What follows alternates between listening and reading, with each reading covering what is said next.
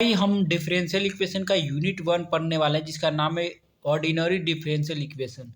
और इसमें बहुत ज़्यादा कंसेप्ट नहीं है, 3-4 कंसेप्ट ही हैं, तो हम सारे कंसेप्ट को इसी वीडियो में देख लेंगे और पूरा ही हमारा यूनिट 1 खत्म हो जाने वाला है एक ही वीडियो में।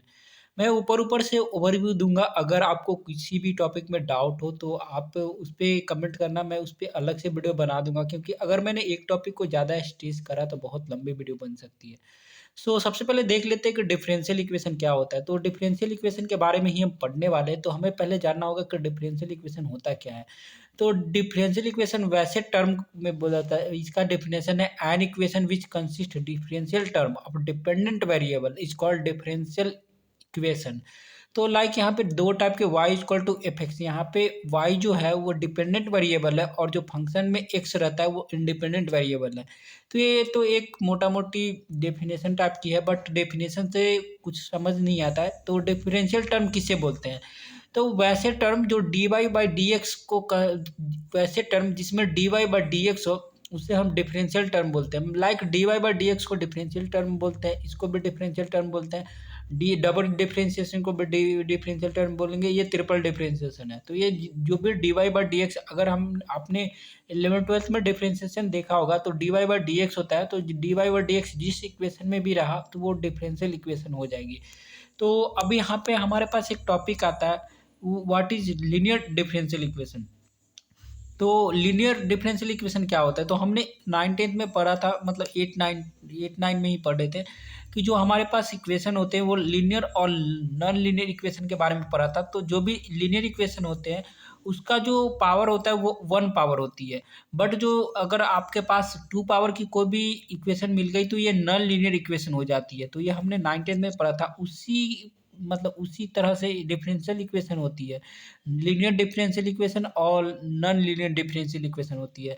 तो यहाँ पे हमारे पास ये जो लीनियर इक्वेशन डिफरेंशियल इक्वेशन है होती है, इसका एक डेफिनेशन लिख रखा है। पर उससे पहले हम एक थोड़ा ऑर्डर और डिग्री के बारे में जान लेते हैं कि ऑर्डर क्या होता है और डिग्री क्या होता है। तो ऑर्डर क्या होता है? हाईएस्ट ऑर्डर डेरिवेटिव को हम ऑर्डर बोलते हैं। लाइक अगर हमें इस इक्वेशन में देखना होगा कि कौन सी ऑर्डर, इसकी ऑर्डर क्या है, डिग्री क्या है। तो ऑर्डर जानने के लिए हम क्या करते हैं, हाईएस्ट जो भी हाईएस्ट ऑर्डर डेरिवेटिव होता है वो इसका ऑर्डर होता है। तो यहाँ पे देखेंगे तो ये 0 ऑर्डर की है, ये 1 ऑर्डर है। ये ऑर्डर क्या होता है? सिंपल, कितने बार हमने उस इक्वेशन को डिफरेंशिएट, मतलब डिफरेंशिएशन की कितने पावर, तो डी की पावर हम देखते हैं। डी की पावर यहाँ पे 2 है, तो इसका हाईएस्ट डी की पावर कितना है? डी की पावर हाईएस्ट 2 है, तो इसकी ऑर्डर 2 हो गई। डी की पावर, ऑर्डर में हम सिंपल डी की पावर को देखते हैं। तो डी की पावर यहाँ पे 1 है, डी की पावर यहाँ है ही नहीं, डी ही नहीं है, यहाँ पर 2 है। तो डी हमारा जो है वो हमारा ऑर्डर हो गया। और डिग्री क्या होती है? The power of highest order, मतलब ऑर्डर की जो पावर होती है वो मतलब और डिग्री कहलाती है। यहाँ पे देखो, अगर आप इक्वेशन को ध्यान से देखोगे तो यहाँ 5 जो हाईएस्ट पावर है वो 5 है। बट हमें हाईएस्ट पावर नहीं देखनी है, हमें देखनी है ऑर्डर की, जो भी ऑर्डर हमारा है उसका पावर कितना है। तो यहाँ पे हाईएस्ट ऑर्डर का पावर कितना है? 2 है। और इसकी डिग्री कितनी, इसकी पावर कितनी है? 3 है। तो इसका ऑर्डर 2 हो जाएगा और इसकी डिग्री 3 हो जाएगी। तो उसी तरह से एक और इक्वेशन मिला है जो कि फ्रैक्शन में है। याद रखना, जब भी आपको इक्वेशन फ्रैक्शन में मिले तो आपको फ्रैक्शन में बिल्कुल भी डिग्री और ऑर्डर नहीं बतानी है। डिग्री और ऑर्डर हमेशा ही इंटीजर होती है, ये हमेशा ही इंटीजर वैल्यू होती है, दोनों ही, ये और ये। आपको फ्रैक्शन में कभी भी ये इसे नहीं बताना। तो आपको इसे सिंपल, ये देखो फ्रैक्शन में दे रखी है, तो आपको इसे फ्रैक्शन से इंटीजर में कन्वर्ट करने के लिए सिंपल आपको दोनों तरफ अगर आप स्क्वायर कर देते हो तो ये आराम से कन्वर्ट हो जाएगी। अब देखो, स्क्वायर यहाँ भी 2 से पावर से मल्टीप्लाई किए, यहाँ भी 2 के पावर से मल्टीप्लाई किए।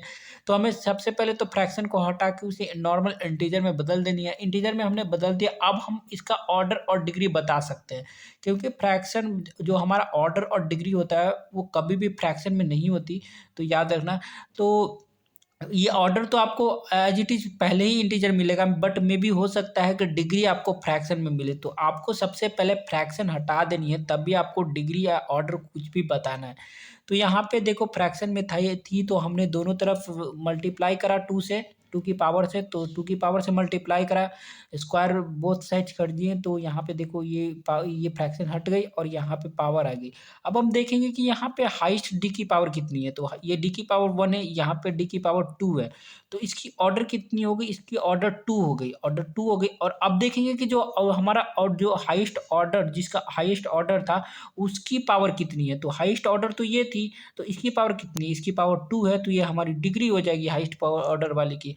अब हमारे पास एक और इक्वेशन है यहाँ पे, लाइक यहाँ पे नीचे में 3 की पावर है और ऐसा कुछ इक्वेशन दे रखा है, तो हमें क्या करना है, यहाँ इक्वल टू है भाई, इक्वल टू है, नीचे में 3 की पावर है, तो अब हम क्या करेंगे, सिंपल स्क्वायर 3 की पावर मतलब नीचे में फ्रैक्शन में 3 है, तो हम 3 को दोनों साइड से मतलब पावर ले लेंगे, 3 का पावर कर देंगे, तो ये क्यूब क्यूब रूट क्यूब ले लेंगे दोनों साइड, तो क्यूब लेने से क्या होगा, नीचे की 3 की पावर हट जाएगी और यहाँ पे 2 की पावर हो गई और यहाँ पे 3 की पावर, मतलब नीचे में भी जो भी पावर रहेगी, जो भी नंबर रहेगा उसी नंबर से दोनों तरफ पावर ले लेनी है।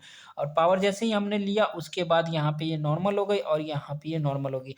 अब हम यहाँ पे देखते हैं कि ये तो डी की पावर तो कभी ए स्क्वायर प्लस बी स्क्वायर, वो ए प्लस बी का ये फॉर्मूला बन रहा है, तो आप इसे फैक्टराइज कर सकते हैं, बट यहाँ पे अगर हम देखेंगे तो इसकी हाईएस्ट पावर कितनी बनेगी, ये अगर हम ए स्क्वायर मानते हैं तो इसकी हाईएस्ट पावर तो बनेगी 2, तो यहाँ पे ये तो अंदर वाला टर्म तो इसमें पावर नहीं आने वाला, तो ये इसे हम सिंपल बोल देंगे कि जो अंदर वाला पावर है वो हमारा डिग्री 2 हो जाएगा और इसकी पावर कितने आएगी, हाईएस्ट पावर आएगी 2, तो 2 डिग्री हो गई। तो मे बी आपको थोड़ा सा अगर आप इसमें दिक्कत हो रहा है तो आप इसे ए प्लस बी की होल स्क्वायर वाले फार्मूले पे इसे तोड़ दे, A square plus 2ab plus B square वाले फार्मूले पे इसे तोड़ दे और इसे ए असाइन करे, इसे बी असाइन करे और उसके बाद आपको ये नॉर्मल हो जाएगी। बट अगर आप यहाँ से समझ पा रहे हो तो अच्छी बात है भाई। अब हम देखते हैं कि लीनियर डिफरेंशियल इक्वेशन क्या होता है, तो हमने ये ऑर्डर और डिग्री तो जान ली, अब हम इसी की मदद से जानने वाले हैं कि क्यों कि लीनियर और नॉन लीनियर डिफरेंशियल इक्वेशन किसे कहते हैं। तो ये मे बी आपको एमसीक्यू में पूछा जा सकता है अगर आप मिड टर्म के लिए प्रिपरेशन कर रहे हो तो सबसे पहले इसकी डेफिनेशन देख लेते हैं। तो ये डेफिनेशन एक्चुअली सर ने नहीं लिखा है, मैंने ही टूटा-फूटा अपने शब्दों में लिखा है। तो all degree should be single, मतलब इस यहाँ पे जो भी degree all degree should be single, जो भी डिग्री रहेगी वो सारे के सारे सिंगल होने चाहिए। तो डिग्री यहाँ पे नहीं लिखनी चाहिए थी, ऑल पावर तो मैं अभी जो भी टूटा-फूटा है तो ऑल पावर मैं लिख देता हूँ क्योंकि डिग्री तो ऑलरेडी हाईएस्ट ऑर्डर वाली ही होती है। तो all power should be single, not 2 degree, all power should be not 2 degree in multiply, मतलब 2 डिग्री मल्टीप्लाई मैंने ऑल डिग्री, ये ऐसे ही समझो, all degree should be single और not 2 degree in multiply. We have to focus only, यहाँ से start करना चाहिए हमें लगता है डेफिनेशन। तो हमें we have to focus only on dependent variable, हमें क्या करनी है, डिपेंडेंट वेरिएबल पे ही फोकस करना, नॉट डिपेंडेंट पावर, यहाँ फुल स्टॉप होना चाहिए, नॉट इंडिपेंडेंट वेरिएबल पावर। तो हमें यहाँ पे पढ़ना है, we have to focus only on dependent variable power not independent variable. हमें क्या करना है, बस इन जो भी डिपेंडेंट वेरिएबल है उसकी पावर को ही फोकस करना है, इंडिपेंडेंट वेरिएबल की पावर पे फोकस नहीं करना। अब हमारा डिपेंडेंट वेरिएबल और इंडिपेंडेंट वेरिएबल क्या होता है, थोड़ा इसके बारे में भी ओवरव्यू लेता है। तो जैसा कि हमने बताया था कि यह हमारा डिफरेंशियल टर्म होता है, तो जो भी ऊपर वाली जो टर्म होती है, ऊपर वाली टर्म, इससे डी के बगल वाली टर्म, ये हमारा डिपेंडेंट वेरिएबल कहलाता है, डिपेंडेंट वेरिएबल है। और ये जो नीचे और जिसके रिस्पेक्ट में हम डिफरेंशिएट करते हैं ये हमारा इंडिपेंडेंट वेरिएबल होगा, इंडिपेंडेंट वेरिएबल। तो यहाँ भी लिख रखा है डिपेंडेंट वेरिएबल, इंडिपेंडेंट वेरिएबल, जो भी हमारा फंक्शन का मतलब फंक्शन के अंदर एक्स रहता है वो इंडिपेंडेंट कहलाती है। तो हम लाइक आपने पढ़ा होगा y equal to x square plus 2x something के पावर, तो हम क्या करते हैं, एक्स के रिस्पेक्ट में इसे d y by d x करते हैं और इसे 2x प्लस 2 करते हैं।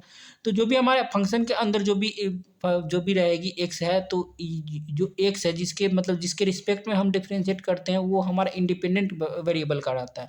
और जो भी हमारा फंक्शन रहता है, जो फंक्शन जिससे भी डोनेट करते हैं वो हमारा डिपेंडेंट वेरिएबल है। लाइक यहाँ पे देखो कि ये हमारा फंक्शन का नेम क्या है, फंक्शन का नेम वाई है और वाई के अंदर क्या है, एक्स है, 2x है, ये है। तो जो वाई के अंदर जो वेरिएबल रहता है वो हमारा इंडिपेंडेंट रहता है। और तो यहाँ पे आपको मे बी ये थोड़ा कंफ्यूज कर रहा हो, तो सिंपल सा आप जान लो कि जो भी ऊपर वाला रहता है, डी के ऊपर वाला रहता है, ऊपर वाला तो उसे हम डिपेंडेंट वेरिएबल बोलते हैं, और जिसके रिस्पेक्ट में डिफरेंशिएट किया रहता है मतलब नीचे वाला जो रहता है उसे इंडिपेंडेंट वेरिएबल कहते हैं। तो सिंपल सा देखो कि जो हमारा फंक्शन है वो वाई में है, तो फंक्शन हमारा वाई में है, तो यहाँ भी देखो ये फंक्शन जो डी के ऊपर वाला है तो ये हमारा फंक्शन है, ये हमारा फंक्शन है और ये हमारा फंक्शन है। तो हमें क्या देखना है कि जो भी ऊपर वाला डी के ऊपर वाला रहेगा, डी के बगल वाला साइड वाला, उससे सिंपल मार्क कर लेनी है, मार्क कर लेनी है। उसके बाद जो भी हमारा नीचे वाला रहेगा वो हमारा इंडिपेंडेंट वेरिएबल होगा। तो देखो नीचे वाला इंडिपेंडेंट, तो आपको क्या करना है, मार्क करके डिपेंडेंट और इंडिपेंडेंट लिख देनी है। आई एन लिख देता हूँ और यहाँ डी लिख देता हूँ सिंपल। तो अब हमें क्या करना है सिंपल, यहाँ पे हमें आई एन लिखना था। तो अब हमें क्या करना है, सिंपल जो भी ऊपर वाला पावर रहेगा उससे ही हमें चेक करना है। तो हमें देखना है कि वाई यहाँ पे 2 तो नहीं है, तो यहाँ पे अगर हम इस यहाँ पे देखेंगे तो वाई हमारा 1 है। यहाँ भी टोटल ही पूरा पूरा इसे कवर कर लेनी है, और यहाँ भी देखेंगे तो वाई हमारा 1 है। बस वाई पे फोकस करनी है, ऊपर जो भी रहेगा उससे देखना है वाई हमारा 1 है। यहाँ भी ध्यान से देखें तो वाई हमारा 1 ही है। तो ये हम बोल देंगे कि ये हमारा लीनियर इक्वेशन है, ये लीनियर इक्वेशन है। जो भी डी के बगल वाली जो भी रहेगी उससे हमें फोकस करना, और देखेंगे कि ये 2 तो नहीं है, इस वाले प्लस माइनस पूरा घेर लेंगे, और यहाँ पे देखेंगे 2 तो नहीं है, 2 नहीं है, और तो ये सिंपल लीनियर है। अब हम एक नॉन लीनियर का भी देख लेते हैं, तब हमें अच्छे से क्लियर हो जाएगी। अब हमारे पास कुछ ऐसा है, तो हमें क्या करना था, सिंपल हमें वाई को घेरनी थी, वाई को घेरे, डी के बगल वाले पार्ट्स यहाँ से स्टार्ट करनी है, डी के बगल वाले पार्ट्स को घेरने हैं, डी के बगल वाले पार्ट्स को घेर लिए, डी के बगल वाले पार्ट्स को घेर लिए, डी के बगल वाले पार्ट्स को घेर लिए, ऊपर वाले डी के बगल वाले। अब हम सिंपल बोलेंगे कि डी के बगल में जो भी रहेगी उसे हम डिपेंडेंट बोल देंगे, डिपेंडेंट। अगर यहाँ एक्स रहती तो एक्स को डिपेंडेंट बोलते हैं, टी रहती तो टी को डिपेंडेंट बोल देते हैं। अब हमें क्या करना है, पूरे ही इक्वेशन को सर्किल कर लेना है, सर्किल लगा दो, यहाँ भी सर्किल लगा दो, और यहाँ भी सर्किल लगा दो। अब हम देखेंगे कि पूरे ही इस रीजन में कहीं 2 वाई तो नहीं है, या फिर ये पावर में तो नहीं है। लाइक अगर कुछ ऐसा लिखा रहता है, यहाँ पे एक्स की जगह पे कुछ ऐसा लिखा रहता है, x square plus x square d square y d x square की होल स्क्वायर, तो आप यहाँ पे खुद देख सकते हो कि अगर आप इसे ऐसे भी लिख सकते हो, यहाँ पे मैं ऐसे ही रखता हूँ। तो अगर आप पावर की मतलब क्या होती है, y into d x square और इंटू डी वाई वाई और डी एक्स स्क्वायर। तो अगर आप इसे तोड़ दोगे तो यहाँ तो सिंपल 2 हो जाएगी डिपेंडेंट वेरिएबल, या फिर सिंपल आप समझ सकते हो कि पावर भी होगी। तो ये तो पावर में नहीं रहनी चाहिए सबसे पहला, और सेकेंड वन ये मल्टीप्लाई में भी नहीं रहना चाहिए। तो हम पूरे रीजन को ये ऐसे सर्किल कर लिए हैं। अब सर्किल करने के बाद हम देखेंगे कि या तो ये पावर में नहीं होनी चाहिए, कोई भी इसकी पावर नहीं होनी चाहिए, इसकी पावर 1 ही होनी चाहिए। तो अब यहाँ पे देखेंगे ये यहाँ एक सबसे पहले तो देखना है कि हमारे पास 2 वाई नहीं रहने चाहिए किसी में भी। तो इसमें भी 2 वाई नहीं है, इसमें भी 1 वाई है, और 1 वाई यहाँ छुपा बैठा रखा है। ये देखो ये यहाँ भी वाई है और यहाँ भी वाई है। इसमें देखेंगे तो इसमें भी एक ही वाई है, इधर वाई नहीं है। तो इसे अगर हमने 2 वाई जहाँ भी देख लिया तो हम बोल देंगे कि इक्वेशन हमारा नॉन लीनियर हो जाएगा। 2 वाई नहीं होनी चाहिए, ऊपर वाला जो भी था ऊपर डिपेंडेंट वेरिएबल, वो 2 नहीं होनी चाहिए, एक ही सर्कल में 2 नहीं आना चाहिए। तो यहाँ पे 2 आ गई, ये भी आ रही है वाई और यहाँ भी वाई आ रही है। अगर मान लो यहाँ पे टी रहती तो यहाँ पे टी अगर आ जाता, मतलब वाई को रिप्लेस करके आप टी एज्यूम कर सकते हो। तो ऐसा टी यहाँ पर भी टी रहता और यहाँ भी टी रहता, तो हम बोल देते कि ये नॉन लीनियर इक्वेशन है। तो याद रखना कि जो भी हमारा डिपेंडेंट वेरिएबल है वो तो ना तो स्क्वायर में होनी चाहिए, मतलब उसकी पावर 1 होनी चाहिए, only 1 power should be there, and 1 से ज़्यादा अगर पावर हो गई, 1 से ज़्यादा पावर हो गई तो वो हमारा डिपेंडेंट वेरिएबल नहीं होगा। लाइक 2 और मोर देन 2 रही, 2 और इक्वल टू 2 रही, तो हमारा नॉन लीनियर हो जाएगा उसकी पावर, और वो ना तो मल्टीप्लाई में होनी चाहिए, वाई इंटू वाई मल्टीप्लाई में भी नहीं होनी चाहिए। डिपेंडेंट वेरिएबल हमारा वाई मल्टीप्लाई में नहीं होनी चाहिए। लाइक यहाँ पे अगर ऐसा भी रहता, d square y d x square into d y d x plus something, तब भी अगर हम ध्यान से देखें तो यहाँ भी डिपेंडेंट वेरिएबल है, यहाँ भी डिपेंडेंट वेरिएबल है, ये आपस में मल्टीप्लाई में है, तो ये भी नॉन लीनियर हो जाएगी, ये भी लीनियर नहीं होगा। अब हम देखते हैं कि अब तो ये तो हमने जान लिया कि लीनियर नॉन लीनियर क्या होती है। अब हम देखते हैं कि एग्जैक्ट डिफरेंशियल इक्वेशन क्या होता है। तो हमारा मेन यूनिट यहीं से स्टार्ट होता है, और वो भी जो भी चीज़ें थी ये सारी थ्योरी वाली पार्ट्स थी। तो अगर आपको इसमें कोई कन्फ्यूजन है तो आप स्टिल हमें कमेंट कर सकते हो। मैं कोशिश करूँगा कि इस पे एक अच्छी सी वीडियो बनाई जाए। मतलब मैं ऑलरेडी काफ़ी अच्छी तरह से डिस्क्राइब कर चुका हूँ, बट मे बी अभी भी अगर स्टिल कन्फ्यूजन है तो मैं कोशिश करूँगा कि इसे और अच्छे वे में समझाऊँ और इसे तोड़-तोड़ के समझाऊँ। मतलब बिल्कुल बच्चे की तरह समझाने की कोशिश करूँगा, बट स्टिल मुझे लगता है नहीं कि इस इतने अच्छे से समझाने के बाद भी किसी को कन्फ्यूजन हो सकता है। सो अगर कन्फ्यूजन है तो बेझिझक कमेंट बॉक्स खुली ही रखिए, आप कमेंट कर देना। मैं उस पे सेपरेटेड वीडियो अलग से बनाऊँगा और मैं अच्छे से उससे भी अच्छा तोड़-तोड़ के उसी टॉपिक पे ही ख़ासा बताऊँगा, जिससे कि आपको पूरा ही टॉपिक क्लियर हो जाए। अब हम देखते हैं कि हमारा यहाँ से हमारा यूनिट स्टार्ट होता है, जो कि है एग्जैक्ट डिफरेंशियल इक्वेशन। अब ये एग्जैक्ट डिफरेंशियल इक्वेशन क्या होता है? A differential equation of the form M D x plus N D Y equal to zero, जहाँ हमारा एम एन एन क्या होता है? Function of x and y होता है। तो ये हमारा जो भी ये डिफिनेशन है, और ये इफ एम एक्स वाई और N g x y is said to be exact if del m by del y is equal to del n by del x is necessary sufficient condition। तो ये मोटा मोटी ये इसका definition है। तो हमें यहाँ पे सिंपल क्या याद रखनी है, ये दोनों चीज़ें याद रखनी है। ये ही बस याद रखना है, और इसके अलावा आपको कुछ भी चीज़ों पे फोकस नहीं करनी है। डी यहाँ फोकस भी कर रही है, कोई नहीं।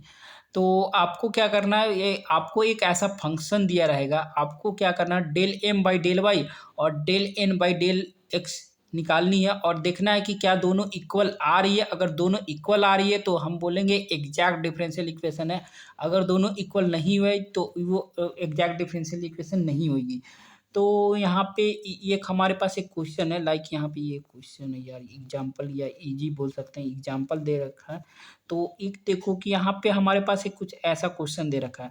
तो ये समथिंग क्वेश्चन है, ये पूरा ही क्वेश्चन है। तो हमें क्या करना है, हमें इस फॉर्म में सबसे पहले लानी है M D x plus N D y. M क्या है? कोई भी फंक्शन हमारा एफ एक्स हो सकता है, और एन क्या है? कोई भी हमारा फंक्शन जी एक्स हो सकता है, जिसमें हमारा एक्स और वाई वेरिएबल रहेंगे, एक्स और वाई वेरिएबल रहेंगे। तो यहाँ पे हमारे पास ऐसा एक फंक्शन दे रखा है। तो सबसे पहले क्या करेंगे, हम इस फंक्शन को इस फॉर्म में लाने की कोशिश करेंगे, इस एम एक्स और एन डी वाई के फॉर्म में लाने की कोशिश करेंगे। तो हम क्या करें, सिंपल सा जो भी टर्म था इसको इधर कर दिए। इधर करने के बाद हम क्या किए, सिंपल, ये तो भाई कैलकुलेशन पार्ट है, 3xy, और अब इस वाले पार्ट को इधर ले गए। इसके बाद इस वाले पार्ट को, नीचे वाले पार्ट्स को इसके साथ मल्टीप्लाई करेंगे। मल्टीप्लाई करने के बाद हमारे पास एक ऐसा फॉर्म आ चुका है, जो कि ये समथिंग डी वाई है और ये समथिंग एक्स है। अब हमारे पास क्या फॉर्म था, एम डी एक्स। तो डी एक्स को पहले लाना है, और प्लस प्लस यहाँ भी याद रखना है, यहाँ पे प्लस ही आपको लेके आनी है। प्लस अगर कुछ माइनस रहेगा तो आपको अंदर से कुछ माइनस कॉमन वॉमन लेके कंपनसेट कर देना है। तो हमें कुछ ऐसा इक्वेशन मिला है, तो इसे हम क्या करेंगे, इस वाले फॉर्म में बदलने के लिए सिंपल इस वाले माइनस को कॉमन ले लेंगे। इस वाले माइनस को कॉमन लिए तो ये प्लस में हो गया, और ये प्लस में था तो ये माइनस में हो गया। अब हमारे पास ऐसा कुछ हो गया, ये पहले से प्लस में था तो ये प्लस हो गया। तो इस वाले एम डी एक्स वाले पार्ट जो है, जो डी एक्स से पहले वाली पार्ट है, डी एक्स से पहले वाली पार्ट को हम एम बोलेंगे, क्योंकि यहाँ भी डी एक्स वाले पार्ट में एम दे रखा था, एम दे रखा था।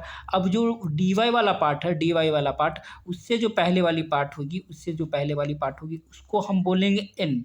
तो हमने इसको एम बोल दिया, इस वाले पार्ट को, डी एक्स से पहले वाले पार्ट को, और डी वाई से पहले वाले पार्ट को एन बोल दिया।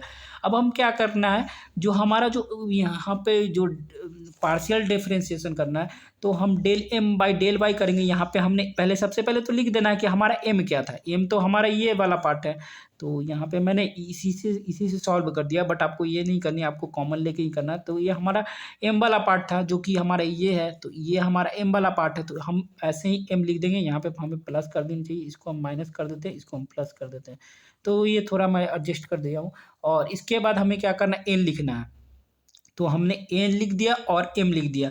अब हम क्या करें, डेल एम वाले पार्ट को, यहाँ पे देखो, यहाँ पे एक्स दे रखा है, बट हमें एक्स के रिस्पेक्ट में एक्स के रिस्पेक्ट में नहीं करना, यहाँ पे थोड़ा क्रॉस खेल जाना है। इसको इसके रिस्पेक्ट में डिफ्रेंशिएट, मतलब पार्शियल डिफ्रेंशिएट करेंगे, वाई के रिस्पेक्ट में इस वाले पार्ट को, एम वाले पार्ट को वाई के रिस्पेक्ट में पार्शियल डिफरेंशिएट करेंगे, और एन वाले पार्ट को हम एक्स के रिस्पेक्ट में पार्शियल डिफरेंशिएट करेंगे। पार्शियल डिफरेंशिएशन क्या होता है, लाइक अगर यहाँ पे वाई के रिस्पेक्ट में कर रहे हैं तो वाई के अलावा यहाँ पे देखो दो वेरिएबल है, एक्स भी वाई वेरिएबल है और वाई भी वेरिएबल है।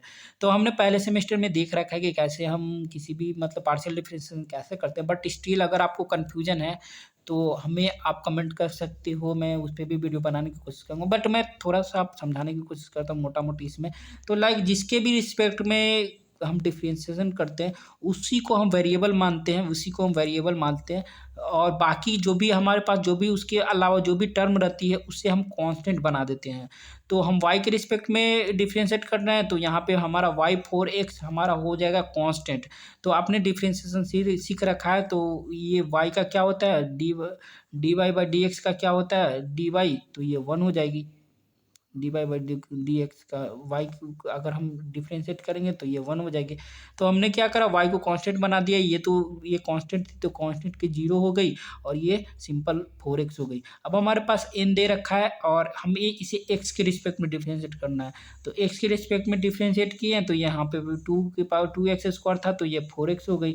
अब हम देखेंगे कि अगर देखो del m by del y ये भी 4x आ रहा है, del n by del x आ गया ये भी 4x आ रहा है, तो ये हमारा दोनों ही सिमिलर आ गई। तो हम बोलेंगे कि जो हमारा ये फंक्शन है ये हमारा एग्जैक्ट डिफरेंशियल इक्वेशन है, जो हमारा इक्वेशन दे रखा है वो हमारा एग्जैक्ट होगा। तो यहाँ पे एग्जैक्ट लिख देनी है। अब हमें इसका सॉल्यूशन निकालना है, तो सॉल्यूशन निकालने के लिए क्या करते हैं, एम डी एक्स जो भी हमारे पास जो हमने यहाँ पे सॉल्व करा था, ये जो पार्ट है इस वाले पूरे पार्ट को एम डी एक्स बोलते हैं। तो इसी वाले पार्ट को मैं ये जो सॉल्यूशन वाला पार्ट है मैं किसी और मतलब क्वेश्चन से समझाऊंगा, ताकि इसमें क्योंकि ये जो क्वेश्चन दे रखा है ये थोड़ा अलग टाइप का दे रखा है। तो आपको सबसे पहले तो इस वाले M D x plus N D y इस वाले फॉर्म में ले आनी है, और इसमें कुछ नहीं करना भाई, इसी में इंटीग्रेशन लगा देना। आपको अलग से कुछ भी नहीं लिखना, आपको इसी में इंटीग्रेशन लगा देना इसी में। और यहाँ पे जो एन वाला पार्ट है ना, एन वाला पार्ट में इसमें तो कुछ नहीं करना, इसमें कोई छेड़छाड़ नहीं करनी है, बट जो एन वाला पार्ट है वहाँ पे जो भी एक्स के टर्म रहेंगे ना, जिसमें भी एक्स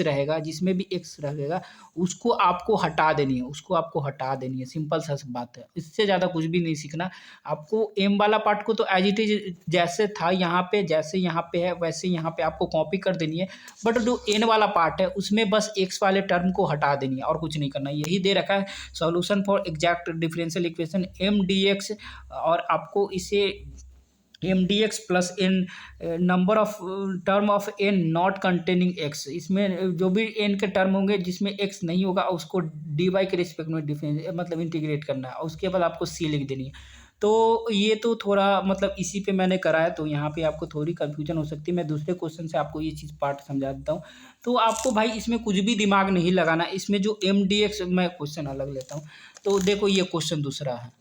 सबसे पहले तो आपको अगर इस टाइप से मिलती है, इस टाइप से मिलती है तो आपको ऐसे नॉर्मल फॉर्म में इसे ले आनी है, तो सॉल्यूशन में कुछ नहीं करना भाई, जो क्वेश्चन दे रखा है ना, जो क्वेश्चन दे रखा है उसी को आपको सिंपल इंटीग्रेशन लगा देनी है, बस इतना ही करना है भाई, कुछ भी नहीं करना है एक्स्ट्रा, आपको इससे ज़्यादा दिमाग लगाने नहीं है।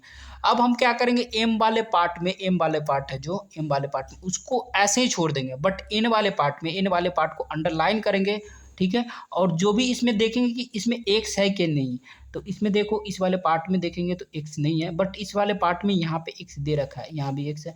तो हम क्या करेंगे, सिंपल इसको ऐसे करेंगे लाइन और इसको 0 लिख देंगे, सिंपल सा बात भाई, कुछ भी दिमाग नहीं लगाना है भाई, इसको 0 लिखेंगे। और जब हम यहाँ पे सॉल्यूशन लिख रहे हैं तो उस पार्ट को नहीं लिखेंगे, ठीक है। अगर आप लिख भी देते हो तो कोई बात नहीं होगी, आप सिंपल सा एरो लगा देना या 0 लिख देना कुछ भी। अब मैं सजेस्ट करूंगा कि आप लिखो ही मत अगर आपको समझ आ रही है, बट आपको मे भी थोड़ी कन्फ्यूजन हो रही है, तो आप दोनों ही पूरे क्वेश्चन को एज इट इज कॉपी कर लेना सॉल्यूशन वाले पार्ट्स में एज इट इज, और जहाँ जहाँ भी एक्स वाले पार्ट है ना उसको सिंपल ऐसे एरो लगा के 0 कर लेना, हो गया भाई। बट ना लिखोगे तो ज़्यादा अच्छा रहेगा।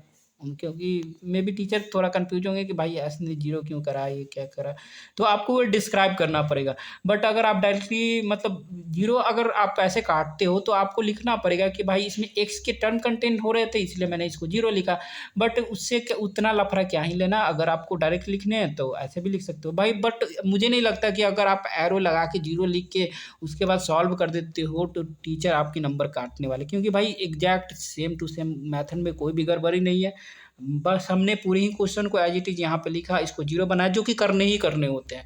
तो आप ऐसे भी पूरे क्वेश्चन को यहाँ पे सॉल्यूशन वाले पार्ट को लिख देना और जहाँ-जहाँ भी एक्स रहेगा उसको एरो बना के जीरो कर देना। एकदम 100% सही हो जाएगी, कोई भी काटने वाला नंबर नहीं है।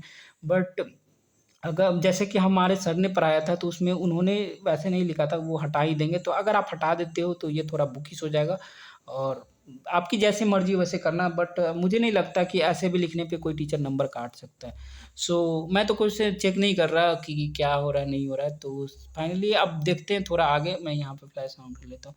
तो अब ये तो हमारा सॉल्यूशन वाला पार्ट था जो कि हमने यहाँ पे स्किप करा था, जो कि यहाँ पे बहुत अच्छे तरीके से समझ सकते थे। मे बी हो सकता है कि आप ये पूरा सॉल्व ना करो, बस आप सॉल्यूशन वाले पार्ट्स को ही कर दो, तो आपको कुछ नंबर मिल जाए। तो ऐसा भी हो सकता है, मे बी क्या पता टीचर की मूड पे।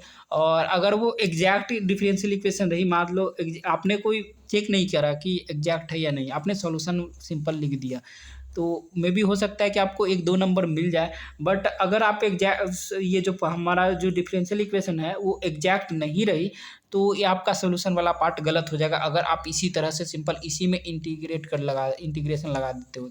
तो सबसे पहले तो हमें चेक कर लेनी होती है कि जो हमारा फंक्शन है वो हमारा एग्जैक्ट है या नहीं। तो जैसा कि हमने बताया कि dx वाले पहले पार्ट को हम m बोलते हैं और dy x पहले आता है, तो याद रखना x पहले आता है फिर y आता है, तो x पहले हम लिखेंगे, y आएगा, फिर m आता है, फिर n आता है। ये इस तरीके से याद रख सकते हो। m के साथ पहले वाला टर्म आता है, m के साथ x आता है तो x लिख देंगे। n वाले टर्म के साथ y बाद में आता है तो y बाद में आएगा और n भी बाद में आएगा। तो हम एक से पहले वाले टर्म को m बोलेंगे और dy से पहले वाले टर्म को क्या करेंगे, n बोलेंगे। अब हम बट जो यहाँ पे हमने इंटीग्रेशन में तो कुछ भी बदलाव नहीं करा था, बट हमें पार्शियल डिफरेंशिएशन में थोड़ा सा क्रॉस खेल जाना होता है। जो हमारा n के साथ है वो हमें y के साथ करना होता है और जो हमारा n वाला पार्ट है वो हमें x के साथ करना होता है। तो लाइक इसी तरह से आप करना है। तो वाई वाले पार्ट को हमने जो हमारा वाई वाला मतलब एम वाले पार्ट को पार्शियल डिफरेंशिएशन वाई के रिस्पेक्ट में करें और एन वाले पार्ट को पार्शियल डिफरेंशिएशन एन मतलब एक्स के रिस्पेक्ट में करें। तो इसमें थोड़ा आपको आगे पीछे करनी है, लाइक एन वाला पार्ट को आपको इधर से क्रॉस खेल जाना है। आप यहाँ पे वाई एम लिख लो, यहाँ पे एन लिख लो, यहाँ पर डी एक्स लिख लो और यहाँ पर डी वाई लिख लो, ऐसे क्रॉस करके बना देना। तो आपको समझ आ जाएगी कि कहाँ से हमें पार्शियल डिफरेंशिएशन करना है। मे बी हो सकता है बहुत लोग पार्शियल डिफरेंशिएशन में थोड़ी कंफ्यूज हो जाए, तो आपको ऐसे क्रॉस लगा देनी है और यहाँ पे डेल वाई लिख देनी है, यहाँ पे डेल मत लगाओ, ये मत लगाओ भाई, ये डी मत लगाओ, आपको ऐसे क्रॉस कर देनी है। ये कब हो गई, पार्शियल डिफरेंशिएशन के टाइम, या आपको क्रॉस कर लेनी है, पार्शियल डिफरेंशिएशन के टाइम कर लेनी है, क्रॉस कर लेनी है। एक जगह पे और इस ट्रिक का यूज करना, आपको सिंपल ऐसे क्रॉस कर लेनी है और आपको अब समझ आ जाएगी कि एम को हमको किसके रिस्पेक्ट में करना है, हमें वाई के रिस्पेक्ट में करना है, और एन को किसके रिस्पेक्ट में करना है, एन के रिस्पेक्ट में करना है। क्योंकि ऐसा हो सकता है कि आप एम को कर दो एक्स के रिस्पेक्ट में वो पार्शियल डिफरेंशिएट, तो क्वेश्चन आपकी गलत हो जाएगी। तो सिंपल अब हम यहाँ से आगे बढ़ते हैं। तो ये देखो दोनों ही इक्वेशन बराबर आ जाएगी तो हमें एग्जैक्ट करना है। और अगर हमारा इक्वेशन एग्जैक्ट रहा तो फिर हमें कोई लोड ही नहीं लेना है, एज इट इज इसी क्वेश्चन को उतार देनी है। हम लिख देंगे so the given equation is exact, और इसी इक्वेशन को उतार देनी है और जो भी इसमें एक्स वाला पार्ट रहेगा उसको हटा देनी है, जो इस एन वाले पार्ट में एक्स वाले पार्ट को हटा देनी है। और सिंपल हम उसी को इसी में इंटीग्रेशन लगा के और यहाँ पे इक्वल टू सी लिख देनी है, जीरो की जगह पे सी लिख देंगे, यहाँ पे जीरो है तो इसको सी लिख देंगे और इसके बाद इसकी इंटीग्रेशन करके सॉल्व कर लेनी है। ये हमारे पास एक और क्वेश्चन है जो कि हमारा कुछ ऐसा दे रखा है, इसको हमने फिर से एक्स वाले पहले पार्ट को एम बोला है और वाई वाले पहले पार्ट को एन बोला है। अब हमारे पास फिर से इसकी पार्शियल डिफरेंशिएशन कर लिए, दोनों ही बराबर आई तो हम बोलेंगे the given equation is exact. अब हमारे पास एग्जैक्ट आ गई तो हम फिर से क्या करेंगे, इसको सिंपल सॉल्व कर लेंगे। अब देखो इसको हमने फिर से इसी वाले, देखो कुछ भी हम अलग नहीं कर रहे भाई, क्वेश्चन को उठा रहे हैं ऐसे ही, इसी क्वेश्चन को उठा रहे हैं और इसी क्वेश्चन को हमने उठा लिया है। अब हम इसी में इंटीग्रेशन लगाएंगे और अब हम क्या करेंगे, एक्स वाले इसमें देखेंगे, डी वाई वाले पार्ट में जो हमारा एन वाला पार्ट था उसमें देखेंगे एक्स किस में नहीं है। इसमें एक्स है तो इसको ऐसे करके जीरो लिख देंगे, इसमें भी एक्स है इसको भी ऐसे करके जीरो लिख देंगे, और इसमें भी देखोगे तो एक्स है तो इसको भी ऐसे करके मतलब जीरो लिख देंगे। अब देखो कि हमारा डी वाई वाला पार्ट में एक में भी मतलब कोई में भी रहा ऐसा पार्ट ही नहीं बचा जिसमें कि जीरो ना हो, तो हम इसे जीरो के रिस्पेक्ट में ऐसे करके पूरे ही को जीरो कर देंगे और सिंपल ऐसे करके इंटीग्रेशन जीरो कर लेंगे, एक स्टेप और बढ़ा देंगे, फिर इसको ऐसे करके जीरो कर लेंगे। कोई भी गलती नहीं है भाई, एकदम भी सही है। अब हम क्या करेंगे, ये हमारा ये ऐसा कुछ लिखा हुआ है और अब हम सिंपल इसकी जो भी इंटीग्रेशन होती है उसे सॉल्व कर लेना। यहाँ पे हमारे पास एक और इक्वेशन दे रखी है जिसमें कि नीचे y दे रखा है, तो हम फिर से क्या करेंगे, x वाले पार्ट को यहाँ पे हम m बोलेंगे, y वाले पार्ट को n बोलेंगे, और फिर से हमने del m by del y निकाल दिया। कुछ इसमें गड़बड़ रही तो आप इसकी सॉल्यूशन कर लेना। मैंने बाद में कर रखा है तो मैंने प्रैक्टिस नहीं करी थी, उस टाइम ही सॉल्यूशन कर मतलब सॉल्व करा था, तो थोड़ी सी गड़बड़ी होगी। कोई नहीं, तो आप ये क्वेश्चन ट्राई करना चाहते हो तो कर लेना। ये तो मैंने करी नहीं है क्योंकि मैंने पूरे नहीं ये सॉल्व कर रखी है, तो ये आप क्वेश्चन ट्राई करना चाहो तो कर लेना, बट मुझे नहीं लगता। आप यही दो तीन क्वेश्चन प्रैक्टिस कर लो तो अच्छी हो जाएगी। आपको एक्स्ट्रा एफर्ट नहीं डालना यार, जब यही तीनों से हमारा कंसेप्ट क्लियर हो जाएगा तो फिर क्या ही फालतू की इधर उधर देखनी। अब हम देखते हैं exact equation reducible to exact differential equation, ये क्या होती है भाई, ये कौन सी भला है।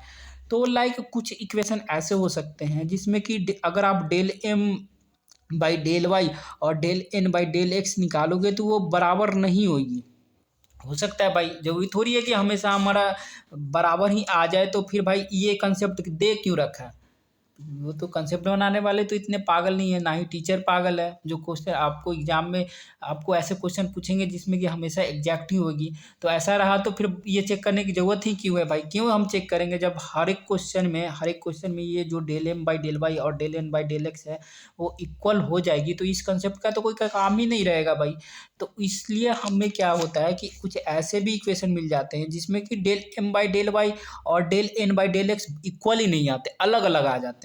तभी तो इस कंसेप्ट को अगर मान लो कोई एक ऐसा सिक्का है जो हमेशा हेड ही दे रहा है, तो भाई उसको टॉस करो या ना करो उसको क्या ही फर्क पड़ता है। दोनों साइड जब हेड ही लिखी रहनी है तो आप बोलोगे नहीं कि भाई तो हम फिर क्यों टॉस करें इसको। आप टॉस किसी चीज़ को तभी करोगे जबकि उसकी पॉसिबिलिटी हेड और टेल दोनों की होगी। तो इसी में हम अगर ये इक्वल हो रही है तो जाहिर सा बात है कि कुछ ऐसे भी केसेस होंगे जिसमें कि दोनों इक्वल ना हो, तो ऐसे जो इक्वेशन होती है उसे हम equation reducible to exact differential equation बोलते हैं। मतलब उसे हम रिड्यूस करके उसे एग्जैक्ट बनाते हैं। मान लो अगर कोई ऐसा सिक्का मिल गया जो कि हेड नहीं मतलब टेल नहीं दे रही है, बार बार हेड आ रही है, मतलब हेड टेल दोनों आ रही है बट हमें टेल ही चाहिए, तो हमने सिक्का उछाला वो हेड आ गई बट हमें तो चाहिए थे टेल। तो हम क्या करेंगे, सिक्के में थोड़ी सी बदला मतलब फिर से उसे टॉस करेंगे, बट ये टॉसिंग नहीं है तो हम सेम मेथड से टॉस नहीं करने वाले, हम थोड़ी अलग जुगाड़ लगाएंगे इसमें। तो यहाँ पे एक रोल आता है इंटीग्रेटिंग फैक्टर, मतलब उस सिक्के में थोड़ा सा छेड़छाड़ करेंगे, उसी इक्वेशन में थोड़ा सा छेड़छाड़ करेंगे और सिक्के को दोनों साइड में हम टेल टेल कर देंगे। टेल टेल हो गई तो अब क्या हो गया, जो कि पहले हेड टेल था अब दोनों साइड टेल टेल हमने उसे बना दिया, तो अब हमारा फिर से सिक्का टेल टेल बताने लगा। तो ऐसे नहीं समझो, आप सिंपल समझो कि ऐसे कुछ इक्वेशन आ सकते हैं जो कि इक्वल ना हो, तो हम क्या करेंगे उसमें एक जुगाड़ लगाएंगे, जुगाड़ जो कि हम इंटीग्रेटिंग फैक्टर, इस जुगाड़ को इंटीग्रेटिंग फैक्टर बोलते हैं। इस जुगाड़ की मदद से हम क्या करेंगे, मतलब फिर से उस इक्वेशन को जो हमारा इक्वल नहीं हो रहा था उसे हम इक्वल बना देंगे, तो हम इसे इंटीग्रेटिंग फैक्टर बोलते हैं। इंटीग्रेटिंग फैक्टर कैसे निकालते हैं, तो इंटीग्रेटिंग फैक्टर निकालने के लिए हमें पहले देखना होता है कि हमारा फंक्शन क्या है। होमोजीनियस डिफरेंशियल इक्वेशन है, इसमें टोटल 3 केसेज होते हैं। यहाँ पे एक केस वन ये है, केस 2 ये रहा हमारा, और केस 3 ये रहा। तो मैं तीनों ही केसेस के बारे में बताऊंगा, बट सबसे पहले हम केस 1 को जान लेते हैं, उसके बाद 2 और 3 को अच्छे से जान लेंगे। मतलब मतलब तीनों में कंपेयर करा देंगे, क्योंकि मुझे भी जब हमने पढ़ा था तो मुझे कन्फ्यूजन हो रही थी कि भाई केस कौन सा लगाना है, क्योंकि सभी सिमिलर टाइप की इक्वेशन दिखती है और पता ही नहीं चलता कि भाई किस में कौन सी केस लगानी है। तो सबसे पहले तो हमारा if M D x plus N D Y equal to zero is homogeneous differential equation, then we will apply, मतलब जो हमारा इंटीग्रेटिंग फैक्टर होगा, integrating factor is equal to 1/m dx, M के साथ x मल्टीप्लाई करना और फिर से वापस n के साथ बाद वाला मल्टीप्लाई करना है, बट याद रखना 1/m dx plus N D y, ये हमारा तभी होगा जब फंक्शन होमोजीनस होगा। अब होमोजीनस क्या होता है तो इसके बारे में भी थोड़ा सा लिटिल बिट जान लेंगे, बट जिसको पहले से पता है होमोजीनस फंक्शन नॉन होमोजीनस उसको तो ये जरूरत नहीं है, बट जिसको नहीं पता है उसको भी मैं थोड़ा सा रिकॉल कर दूंगा, तो जिससे कि अगर कोई भूल चुका होगा तो उसको वापस से याद आ जाए। तो इंटीग्रेटिंग फैक्टर निकालने का ये फार्मूला है, बट ये फार्मूला तभी एप्लीकेबल है जब हमारा फंक्शन होमोजीनस होगा। तो 1/m dx plus N D y, ये हमारा इंटीग्रेटिंग फैक्टर निकालने का फार्मूला है। तो अब हम जानते हैं कि फंक्शन होमोजीनस है नॉन होमोजीनस है, तो मैं 3-4 फंक्शन को आपको एक ही बार में दिखा दूंगा ताकि आपको कन्फ्यूजन ना हो कि कौन सा फंक्शन होमोजीनस है कौन सा फंक्शन नॉन होमोजीनस है। तो होमोजीनस फंक्शन में क्या होता है, जो भी हमारा वेरिएबल होता है, लाइक यहाँ पे वेरिएबल देखोगे तो हमारा वेरिएबल एक्स भी है और वाई भी है, फंक्शन के अंदर एक्स भी है वाई भी है। तो हमें क्या करना है, दोनों ही वेरिएबल की वेरिएबल एक्स हो, वेरिएबल एक्स और वेरिएबल वेर वाई की हमें पावर देखनी होती है, पावर देखनी है हर एक टर्म में, वैर और हर एक टर्म में देखनी होती है। अगर हर एक टर्म में पावर, मतलब दोनों की कंबाइंड पावर, दोनों की मल्टीपल पावर अगर इक्वल रही तो हम बोल देंगे फंक्शन हमारा होमोजीनस है। यहाँ पे देखो एक्स की पावर 3 है, ठीक है, यहाँ वाई की पावर 3 है, तो 3 को 3 यहाँ भी लिख देंगे, 3 यहाँ भी लिख देंगे। अब हम यहाँ पे देखेंगे हमारा वाई की पावर 2 है, ठीक है, यहाँ प्लस करनी चाहिए थी, सॉरी, और हमारा एक्स की पावर 1 है, तो ये y की पावर 2 है और x की पावर 1 है, दोनों को कंबाइन किए तो ये भी 3 हो गया। अब हमारे पास कोई और ऐसा टर्म नहीं है जिसकी पावर अलग हो, तो इसकी भी पावर 3, इसकी भी पावर 3, और इन दोनों वेरिएबल की, मतलब अगर यहाँ भी एक्स वाई रहता तो ये y x की पावर 1 हो जाती प्लस 3 ये 4 हो जाती, और ये हमारा नॉन होमोजीनस हो जाता, नॉन होमोजीनस हो जाता। बट हमारे पास अभी x है नहीं, मान लो यहाँ y रहता, सॉरी x तो पहले से दे रखा है, y रहता तो ये नॉन होमोजीनस हो जाता, ये मल्टीप्लाई में रहता। तो अगर मान लो यहाँ y रहता तो ये नॉन होमोजीनस हो जाता, बट y तो है नहीं, तो यहाँ पे भी पावर 3 है, यहाँ पे भी पावर 3 है, और यहाँ पे भी अगर दोनों की कंबाइंड वेरिएबल की पावर है तो देखोगे तो यहाँ भी पावर 3 है, तो ये हमारा फंक्शन जो है वो होमोजीनस फंक्शन हो जाएगा। मैं थोड़ा फंक्शन के बारे में ही ओवरव्यू दे देता हूँ ताकि आपको फंक्शन में डाउट ना हो। अब हम दूसरे फंक्शन में चलते हैं। तो देखो इस वाले क्वेश्चन में यहाँ पे अगर आप ध्यान से देखोगे तो y की पावर कितनी है, 1 है, ठीक है, इसमें पावर कितनी है, y की 2 है और x की 1 है, तो y2 ये टोटल 3 हो गई। अब हम इसमें देखेंगे x की पावर 1 है, ठीक है, और y की पावर फिर से 1 है और ये 2 है, 2 है, तो 3 हो गई। ये 3 है, यहाँ पे 1 पावर है, ये 3 पावर है, यहाँ पे 1 पावर है। तो भाई देखो ये अलग अलग पावर है, सारे में इक्वल पावर नहीं है, तो हम ये हमारा नॉन होमोजीनस फंक्शन हो जाएगा, नॉन होमोजीनस। इसमें भी देखोगे तो इसमें भी इस तरह से निकाल सकते हो, एक और क्वेश्चन है, इसमें भी इस तरह से निकालोगे तो सिमिलर हो जाएगी। इसमें भी पावर देखो यहाँ पे 2 है और ये 3 है, तो ये दोनों पावर मिलके 5 बन गई, यहाँ पे एक ही पावर है। तो आपको जहाँ भी एक पावर मिल जाएगी तो आप मतलब अलग अलग पावर मिल जाएगी। यहाँ देखो प्लस माइनस सेपरेट कर रखा है, यहाँ भी देखोगे तो 5 पावर है, यहाँ भी 5 मतलब 3 और 2 5 पावर हो जाएगी, और यहाँ भी 1 पावर है। तो ये देखो 1 है, ये 5 है, ये 1 है, 5 है, अलग अलग पावर आ रही है, तो ये भी हमारा नॉन होमोजीनस हो जाएगा, नॉन होमोजीनस है। तो भाई सबसे पहले तो देखनी है कि हमारा फंक्शन होमोजीनस होना चाहिए। अगर फंक्शन मान लो होमोजीनस हो गया, हमने देख लिया कि हमारा जो पावर है वो दोनों सिमिलर आ रही है, ठीक है, इसमें भी 3 आ रही है, इसमें भी 3 आ रही है, इसमें भी 3 आ रही है, तो तीनों में ही देखें तो हमने देखा कि दोनों वेरिएबल की कंबाइंड पावर 3 आई। तो हम क्या करेंगे, इस वाले पार्ट को फिर से वापस से वही चीज़ करना है भाई, इसको m बोलेंगे, मतलब dx से पहले वाले पार्ट को m बोलेंगे और dy से पहले वाले पार्ट को n बोलेंगे। तो हमने m बोल दिया, इसको n बोल दिया। अब हम देखेंगे कि भाई पहले सबसे पहले तो हमें चेक करना है कि भाई एग्जैक्ट है या नहीं। तो हम चेक किए M D x plus N D y. अब हम निकाले तो देखें कि दोनों बराबर ही नहीं आ रहा है, तो ये हमारा नॉट एग्जैक्ट हो गया। अगर एग्जैक्ट रहती तो ये सब चीज़ें करने की जरूरत ही नहीं पड़ती, तो हमें इतना लोड लेना ही नहीं था। बट यहाँ हमारा नॉन एग्जैक्ट आ गया, तो लाइक नॉट एग्जैक्ट आ गया। तो अब हमें तो मतलब इसे एग्जैक्ट बनाना पड़ेगा, क्योंकि ये अलग अलग मतलब ये यहाँ भी हेड भी आ रहा है, टेल भी आ रहा है। तो हमें कॉइन में कुछ छेड़छाड़ करनी पड़ेगी, ताकि भाई जब भी टॉस करे तो ये टेल टेल ही देना स्टार्ट कर दे। तो हम इसके लिए क्या करेंगे, मतलब इंटीग्रेटिंग आई एफ से मल्टीप्लाई आई एफ निकालेंगे। अब आई एफ निकालने के लिए हमने एक फार्मूला दे रखा है। तो आई एफ निकालने के लिए क्या करते हैं, अगर हमारा फंक्शन होमोजीनस रहा, सबसे पहले तो हमने देखा कि फंक्शन हमारा होमोजीनस है या नॉन होमोजीनस है। तो फंक्शन हमारा तो होमोजीनस है, तो हम होमोजीनस वाले फार्मूले को लगा देंगे। होमोजीनस वाला फार्मूला क्या था, 1/m/dx plus N D y. अब हमने क्या करा, इस वाले मतलब जो हमारा m वाला पार्ट था उसके साथ x को मल्टीप्लाई करा, तो m वाले पार्ट को एज इट इज लिख दिया, ये हमारा m था। और हमारा n वाला पार्ट था ये माइनस एक्स वाई। चूँकि हमें पहले ही याद रखना है कि जो भी हमारा m होता है यहाँ पे माइनस था, तो हमें क्या करना होता है भाई, M D x plus N D y.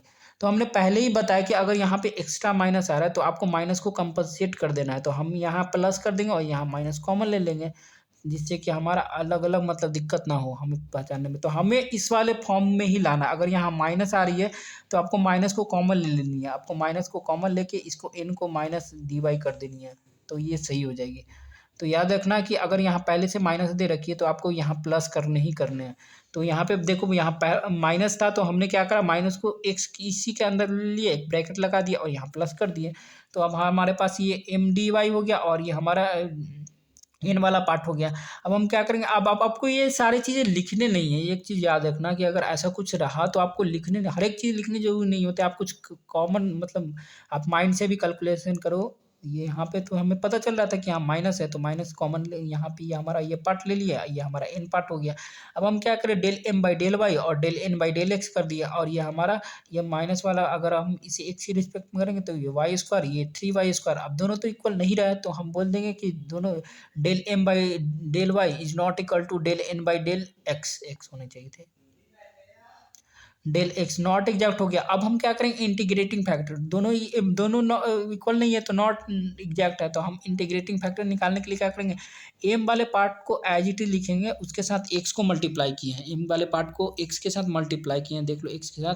तो एम वाले पार्ट को एज इट इज लिखिए, इसके साथ एक्स को मल्टीप्लाई किया। अब हम क्या करेंगे, एम के साथ यहाँ माइनस भी थी तो माइनस हमने ले लिया। अब हमें क्या करना है, इसको एज इट इज लिख के इसके साथ वाई को मल्टीप्लाई करना था। हमने सॉल्व किया तो ये देखो कुछ ऐसा वाई, ये जब भी आएगा तो आपको कुछ ऐसे ही मतलब एक ही टर्म मिलेगा और इसकी कुछ पावर हो सकती है, कुछ भी पावर। ऐसा प्लस माइनस के साथ नहीं आएगा। प्लस माइनस के साथ अगर आ रहा है तो समझ जाओ कि ये आपको ने गलत कुछ करा है, गलत। ये प्लस माइनस के साथ आ ही नहीं सकता। आपको एक ही टर्म मिलेगी जो कि मल्टीप्लीकेशन के साथ रहेगी। आपको नीचे में एक ही टर्म मिलेगी, आपको दो टर्म नहीं मिलने वाले। देखो यहाँ पे एक टर्म है, ये दो टर्म है, दो टर्म नहीं मिलने वाले। तो आपको प्लस माइनस नहीं मिलेगी नीचे में। आपको याद रखना है, आपको कुछ भी स्क्वायर वगैरह कुछ भी आ सकता है, यहाँ पे कुछ भी हो सकता है, बट ये आपको सिंगल रहेगी। वेरिएबल दो हो सकते हैं, लाइक यहाँ पे अगर मान लो कि सिंपल 1/x⁴ होगी, ऐसा भी हो सकता था कि x² प्लस y² आ जाती। बट ये कभी भी ऐसा नहीं हो सकता है x² plus y² plus x आ गई, ऐसा नहीं होगा। ऐसा हुआ तो समझो कि आपने कुछ कैलकुलेशन मिस्टेक किया है। तो याद रखना कि प्लस या माइनस में नीचे नहीं आएगी। आपको ये फार्मूला अगर आप सही से लगाओगे तो ये हमेशा कुछ ना कुछ पावर वाले वैल्यू ही देगी। और ये सिंपल एक ही टर्म रहेगा, इसमें डबल टर्म नहीं आ सकते। अब हम देखेंगे सिंपल क्या करना होता है। हमने इंटीग्रेटिंग फैक्टर तो निकाल लिया, अब इंटीग्रेटिंग फैक्टर को क्या करना है, सिंपल इसी वाले जो हमारा क्वेश्चन दे रखा था, इसी वाले क्वेश्चन के साथ इंटीग्रेटिंग फैक्टर को मल्टीप्लाई कर देना है। देखो ये हमारा फार्मूला है M D x plus N D y into I F equal to 0। इसी वाले फैक्टर को मल्टीप्लाई कर देना। तो हमने मल्टीप्लाई करा तो इस 1/4x 1/4 एक्स की पावर 4 को मल्टीप्लाई करा, इसके बाद इसके अंदर ले गए तो इसके बाकी कैलकुलेशन आपको कर लेनी है। फिर से आपको एम डी एक्स यहाँ के एक्स वाले पार्ट को इसके साथ मल्टीप्लाई कर दो, इसके साथ मतलब ये जो पावर दे रखी है इसको आपको एक्स के अंदर इन सारे को आपको सेपरेटली अंदर अंदर मल्टीप्लाई कर देनी है। आप कैलकुलेशन दिखाना चाहो तो कैलकुलेशन दिखा सकते हो, नहीं तो आप अगर खुद से कर सकते हो बिना दिखाए तो वैसे ही कर लेना। अब हम क्या करेंगे, फिर से अब हमारा फाइनल बन चुका है, फिर से इक्वेशन सेम सिमिलर टाइप की बन गई। अब हम फिर से देखेंगे ये हमारा एम वाला पार्ट ये रहा, एम वाला पार्ट ये रहा और एन वाला पार्ट ये रहा। अब आप फिर से देखोगे कि M D x plus N D y देखोगे तो आपको अब सिमिलर मिलेगी। अब ये एग्जैक्ट बन चुका है, आपने दोनों ही तरफ से दोनों ही सिक्के को कुछ ऐसा छेड़छाड़ कर दिया कि ये दोनों ही टेल हो गई। आप चेक करोगे तो हमेशा डिफरेंट मतलब एग्जैक्ट ही आएगा, ऐसे अगर आपने किया तो। अब आपको क्या करना है, अब पहले आपका क्वेश्चन ये था बट अब आपका क्वेश्चन ये बन चुका है। आपने इंटीग्रेटिंग फैक्टर निकालने के बाद जो आपका क्वेश्चन बना है, अब आपका क्वेश्चन ये है। तो जो ये एग्जैक्ट डिफरेंशियल इक्वेशन वाला था तो यही चीज़ सेम चीज़ इसमें भी आप कर देनी है। इसमें भी फिर से del M by del M निकालना है और ये आपको इसी तरह इसी वाले पार्ट में इंटीग्रेशन फिर से लगा देनी है। और इसमें जो भी एक्स वाले पार्ट रहेगा इसको रिमूव कर देना है, एक्स वाले पार्ट को रिमूव कर देना। और यहाँ फाइनल देखो हमने एम को एज इट इज लिखा, एक्स वाले पार्ट को हटा के यहाँ पे 0 लिख दिया और डी वाई लिख दिया। यहाँ पे आप ऐसे भी लिखना चाहो तो लाइक जो भी एक्स वाला पार्ट रहेगा, अगर कोई भी एक्स वाला पार्ट इन में एक्स वाला पार्ट मतलब सारे में ही है तो आप 0 लिख सकते हो और डी वाई लिख सकते हो इक्वल टू सी। यहाँ पे इसको इंटीग्रेशन को सॉल्व कर लेना, हमारा फाइनल आंसर हो जाएगा और 0 की जगह सी लिख देना, सिंपल सी है भाई बात। ये हमारा दूसरा क्वेश्चन है, इसमें भी हमने वही करा है। इसमें भी देखो नॉट एग्जैक्ट था तो हम फिर से क्या किए, इसका इंटीग्रेटिंग फैक्टर निकाल लिए। तो integrating factor x square plus y, sorry plus तो होगी ही नहीं, तो x square into y square हो गया। अब मल्टीप्लाई कर दी इक्वेशन के साथ इंटीग्रेटिंग फैक्टर को। अब हम इंटीग्रेटिंग फैक्टर हमारा फिर से ये क्वेश्चन बन चुका है। अब इस वाले क्वेश्चन को फिर से del M by del Y और del N by del X करेंगे तो एग्जैक्ट हमारा आ जाएगा। अब सोल्यूशन निकालने के लिए इसी वाले पार्ट को ऊपर वाला में नहीं लगाना भाई, इस वाले जो भी हमारा एग्जैक्ट बना उसमें हमें इंटीग्रेशन लगानी है। इसमें देखोगे तो इसमें एक्स के पार्ट एक्स वाला ये था, देखो यहाँ पे हमने यहीं पे कर रखा है। इसमें एक्स ये था, इसमें एक्स की कोई भी पार्ट नहीं है तो एक्स जिसमें भी एक्स नहीं रहेगा उसको इसको ऐसे 0 लिख देना है भाई। और सिंपल सा ये हमारा नॉर्मल बच गया। अब हमारा डी वाई हो गया इक्वल टू सी। अब हमारा फाइनल इस पर इंटीग्रेट करके हमारा ये फाइनल आंसर आ गया। अब हमारा केस 2 है और केस 3 है, वो काफ़ी सिमिलर टाइप की है। तो हम देखते हैं कि केस 2 और केस 3 में अंतर क्या है भाई।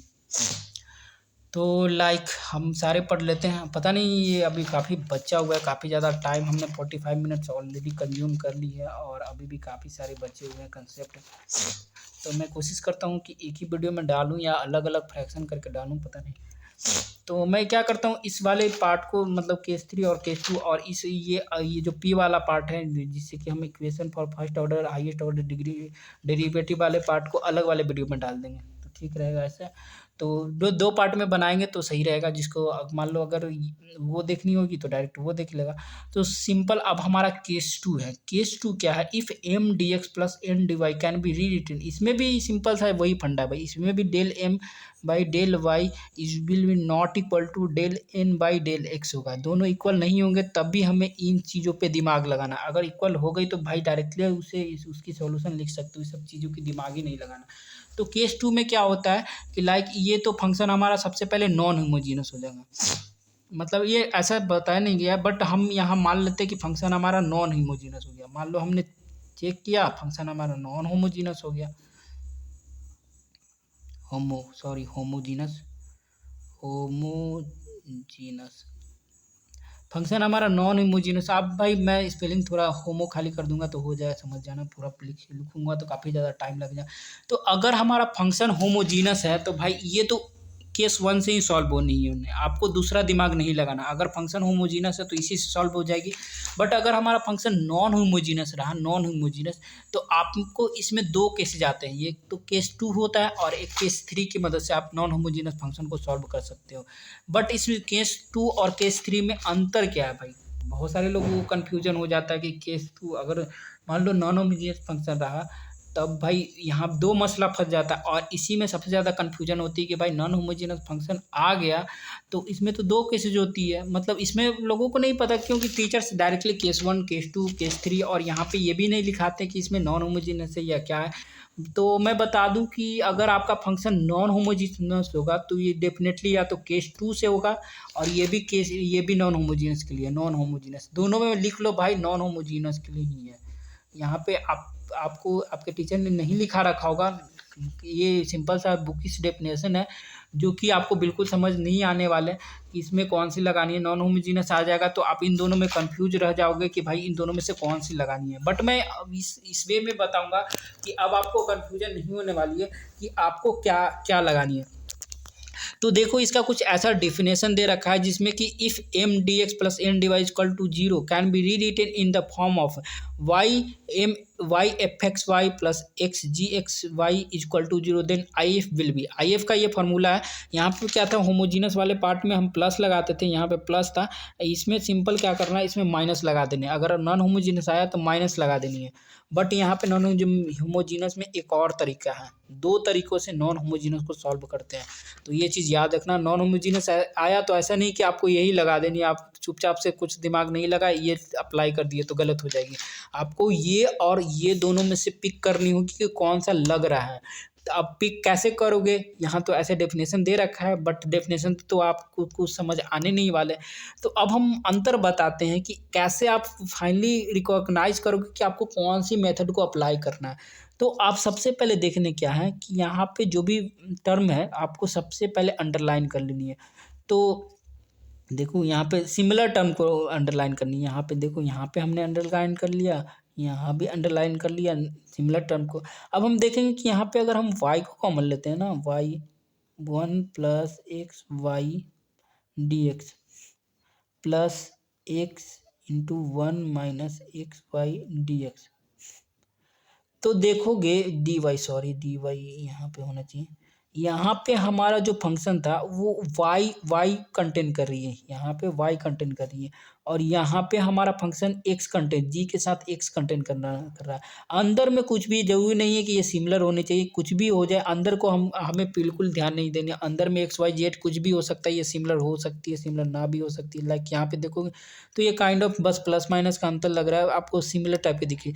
हो सकता है यहाँ पे 2x भी एक्स्ट्रा लगा रहा है, इसको अंदर वाले ये फंक्शन ही अलग है जी एक्स, इसलिए हमने इस फंक्शन को एफ एक्स वाई दिया है, एफ एक्स वाई और यहाँ जी एक्स वाई बोला है, ताकि हम डिफ्रेंशिएट करें कि एफ एक्स वाई और जी एक्स वाई अलग अलग हो सकती है। इसे हमें देखना ही नहीं है, बस हमें ये देखना है कि हमारा जो फंक्शन में है वो वाई कॉमन हो सकती है या नहीं। अगर पहले वाले फंक्शन से वाई कॉमन हो जा रही है और दूसरे वाले फंक्शन से यहाँ पे एक्स भी लिखना चाहिए था भाई, एक्स, और यहाँ पे वाई लिखनी चाहिए थी भाई। और दूसरे वाले फंक्शन से अगर हमारा एक्स कॉमन हो जा रहा है तो हम बोल देंगे कि फंक्शन ये हमारा इस वाले केस से मतलब हो जाएगा सॉल्व, केस 2 से सॉल्व होगा।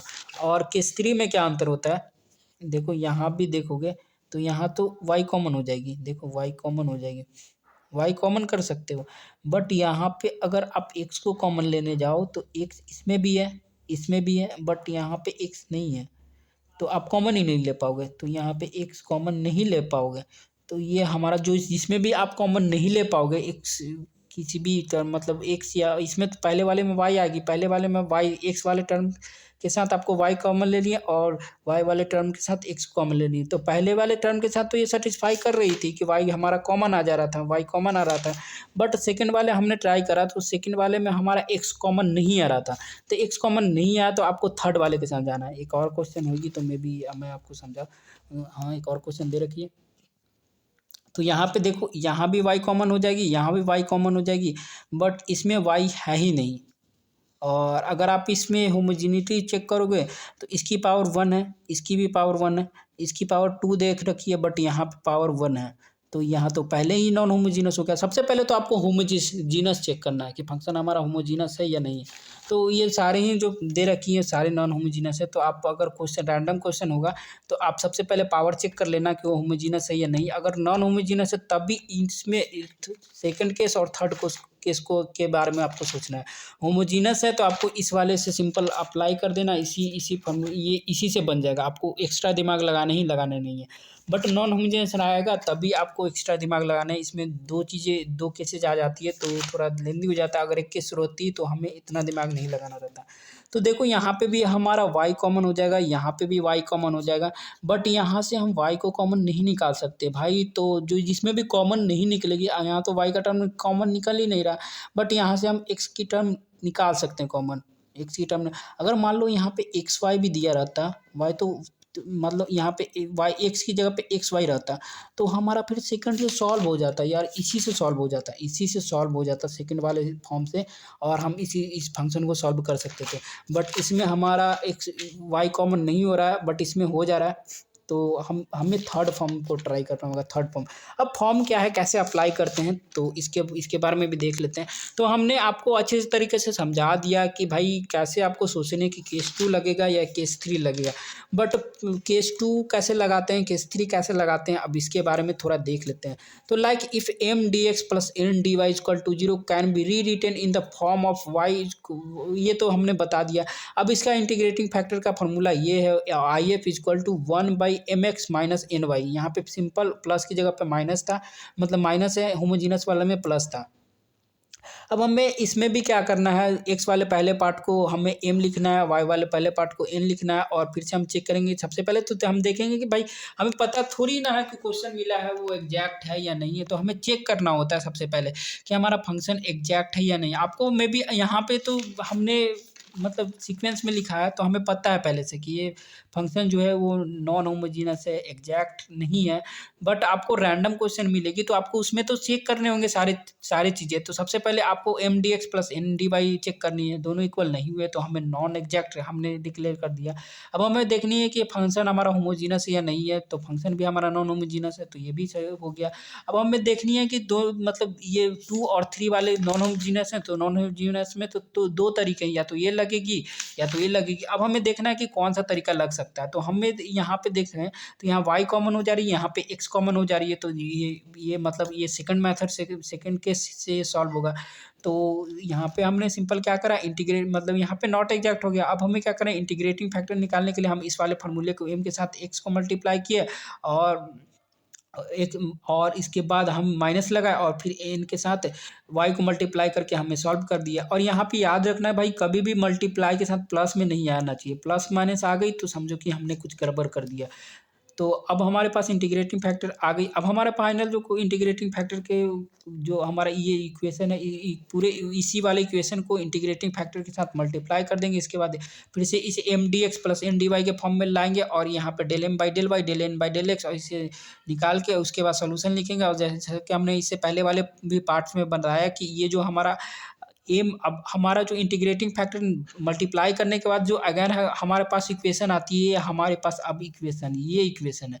अब हम क्या करेंगे, अब हम इसमें फिर से del M by del y, del N by del x check करेंगे। अब दोनों एग्जैक्ट हो गई। अब हम सोल्यूशन निकालने के लिए इसी वाले पार्ट में सिंपल इंटीग्रेट लगाएंगे और जिसमें भी एक्स का पार्ट है उसको हम 0 डिक्लेयर कर देंगे और ये हमारा फाइनल आंसर हो जाएगा। इसको 0 की जगह पे c लिख देना और इंटीग्रेट करके हमें सॉल्व कर लेनी है।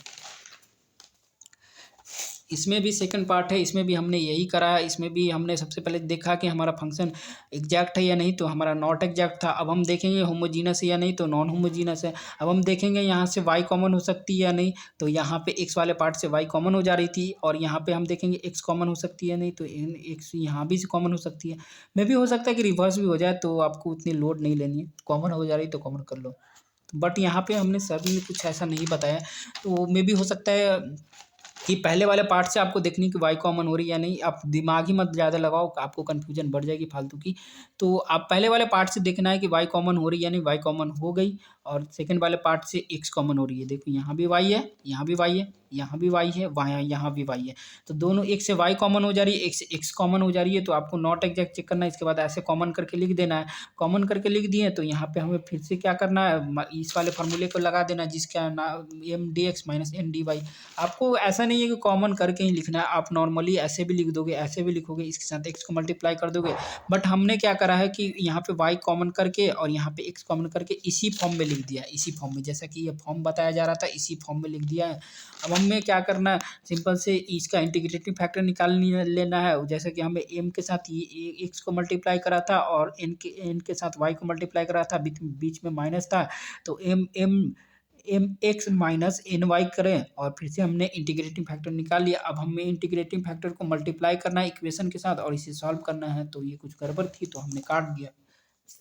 अब हमारा केस 3 आता है। केस 3 में हमने पहले ही जाना कि सबसे पहले तो आप मतलब सारे के सब अगर आपने फंक्शन चेक करा, मतलब हमने देखा पहले del M by del y निकाले, इसी इक्वेशन का आपको del M by del y निकालना है, del N by del x निकालना है। तो हमारा फंक्शन नॉट एग्जैक्ट हो गया। अब हम देखेंगे कि फंक्शन हमारा होमोजीनस या नहीं। तो यहाँ पावर देखो, यहाँ पावर 4 हो रही है, एक्स और वाई की कंबाइंड पावर, बट यहाँ 1 ही हो रही है, तो हम यहीं भी डिक्लेयर कर देंगे कि यह हमारा फंक्शन नॉन होमोजीनस है। अब हम देखेंगे कि यहाँ पे क्या हम मतलब एक्स और वाई को कॉमन निकाल सकते हैं। तो यहाँ पे हमने देखा तो वाई 2 है तो ये कॉमन हो जा रही है। बट यहाँ पे हम जैसे ही मूव किए तो यहाँ एक्स हमारा है, यहाँ भी एक्स है, बट इस वाले पार्ट में हमारा एक्स है ही नहीं, तो हम एक्स यहाँ से कॉमन नहीं निकाल सकते हैं।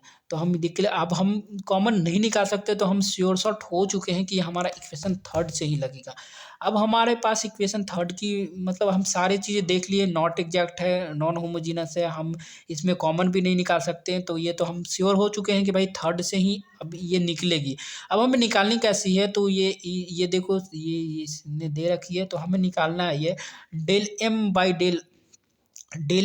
Del y minus del N by del x into N by N equal to, ये फार्मूला है। बट फार्मूला अभी याद कैसे रखनी है, मेनली तो यही है भाई। यहाँ पे 2 फार्मूले दे रखे हैं, मे भी आप हो सकता है कि यहाँ पे एन लिख दो तो ये गड़बड़ हो जाएगी, ये पूरा ही गड़बड़ हो जाएगा।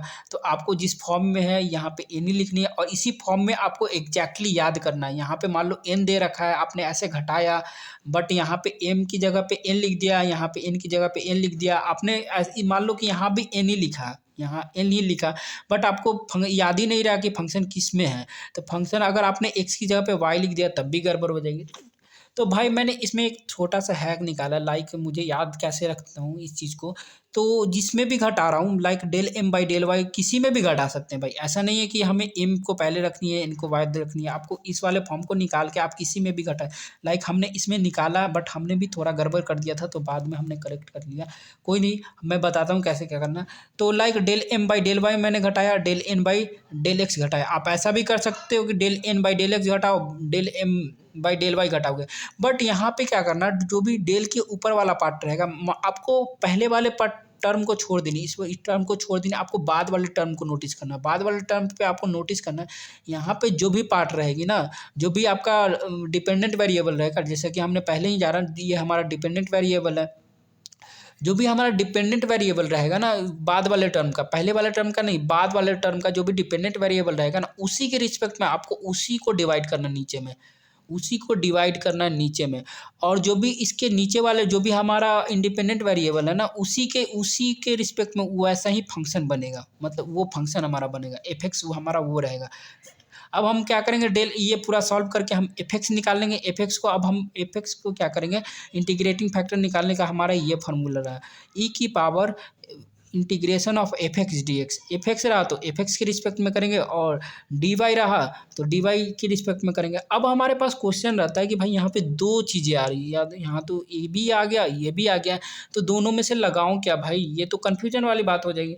तो कन्फ्यूजन कुछ भी नहीं है भाई, यहाँ पे देखो आपको सिंपल क्वेश्चन में आ जानी है, क्वेश्चन में देखना है कि भाई कौन सा टर्म छोटा लग रहा है हमें।